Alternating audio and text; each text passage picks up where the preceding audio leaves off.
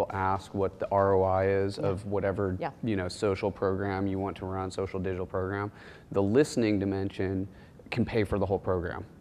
And that's, I mean, that insight that you got. I think also for firms that are just starting to get into using social digital, you know, tactics in their sort of marketing portfolio, that's a pretty good place to start. If you just start with listening, if you listen to everything, you hear nothing. It just becomes, you know, white noise. deep. I mean, just like if you measure everything, you measure nothing. And so it's sort of this, you know, it's the same thing applies with social media listening. And so the real trick, I think, is figuring out how to route insights that you derive. First of all, how to narrow the field, and then how to route those insights. Knowledge, even very important knowledge, can become, through no one's fault, it can become compartmentalized.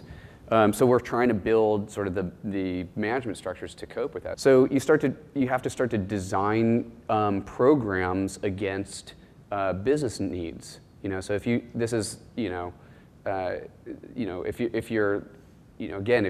trying to just, you know, set up a listening program and it's not aligned to a certain business outcome, you will not derive a business benefit. You know, because I mean, if whatever your brand is, it's probably getting mentioned frequently enough on Twitter and LinkedIn, et cetera, that there's a very high signal to noise ratio.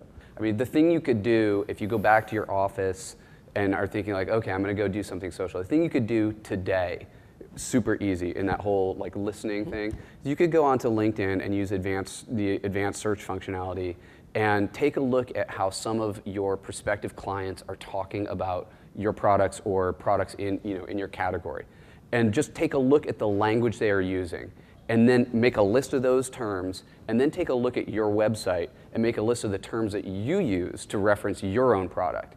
And if those lists are not matching, you are like basically throwing money out the window, because both you can optimize your web pages, like the search engine, or the organic results of your search engine will be improved if you use the language of your customers.